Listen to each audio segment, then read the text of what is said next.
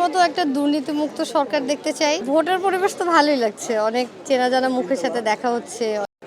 আপুর কি এটা প্রথম ভোট ছিল? না, এটা আমার দ্বিতীয় ভোট। কিরকম লাগছে আসলে? ভালোই লাগছে, ঈদের মতন আমেজ, খুব ভালো লাগছে ভোট দিতে এসে। দীর্ঘদিন পর এই ভোট অনুষ্ঠিত হলো বলা যায়। সেক্ষেত্রে কেমন লাগছে ভোট দিয়ে? হ্যাঁ, এটা তো খুব ভালোই লাগছে আসলে। ছুটিও আছে, ওভাবে করে মিলিয়ে একটা মানে ভোটের যে একটা আমেজ ক্রিয়েট করা, এটা হ্যাটস অফ করতে হবে, যেটা খুব সুন্দর করে ক্রিয়েট হয়েছে।